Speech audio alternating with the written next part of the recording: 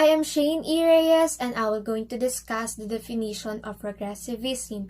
So what is progressivism? Progressivism, it is developed from pragmatic philosophy. It is a theory of education that is concerned with learning by doing, that children learn best when pursuing their own interests and satisfying their own needs. It is active and not passive, and the learner is a problem solver and thinker. And progressivists believe that individuality, progress, and change are fundamental to one's education, believing that people learn best from what they considered most relevant to their lives. And progressivists center their curricula on the needs, experience, interests, and abilities of students.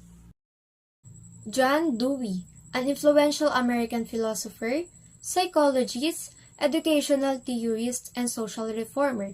He is also considered as the father of American education, and his philosophy is based on pragmatism, and Dewey is credited as the founder of the progressive education movement.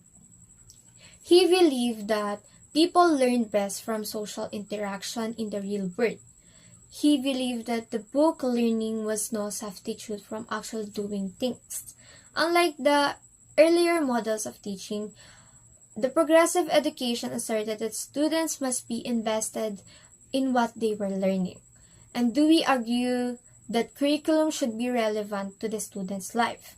He saw that learning by doing and development of practical life skills as crucial to children's education. I am Kahe Benedicto, and now we are going to proceed to the educational progressivism. Progressive education is a reaction to the traditional style of teaching. It is a pedagogical movement that began in the late 19th century that values experience over learning facts at the expense of understanding what is being taught. It is a movement that is based on the principle espoused by John Dewey that education must prepare students for active participation in a democratic society and focusing on raising critical and active thinkers. The progressive education focuses on the students. John Dewey wanted the students to learn through action and work on hands-on projects, so learning would take place rather than relying on rote memorization. Hello, my name is Renz Angelo Rivera, and I discuss about the characteristic of progressivism.